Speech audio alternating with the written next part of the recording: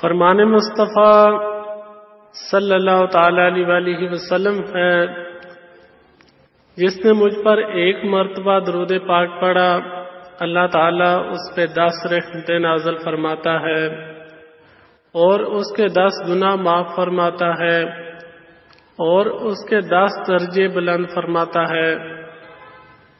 صلو علی الحبیب صلی اللہ تعالی علی محمد صلی اللہ علیہ وسلم۔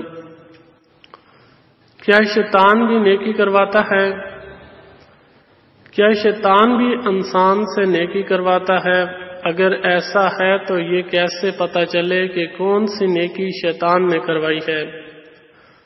جواب: جی ہاں، بعض اوقات شیطان نیکی کرواتا ہے، لیکن اس میں بھی اس کی شرارت داخل ہوتی ہے، جیسے کہ حکایات میں ہے کہ ایک مرتبہ شیطان نے حضرت سیدنا امیر معاویہ رضی اللہ تعالی عنہ کو نماز فجر کے لیے جگایا کہ اٹھیں اور جماعت سے نماز پڑھ لیجئے۔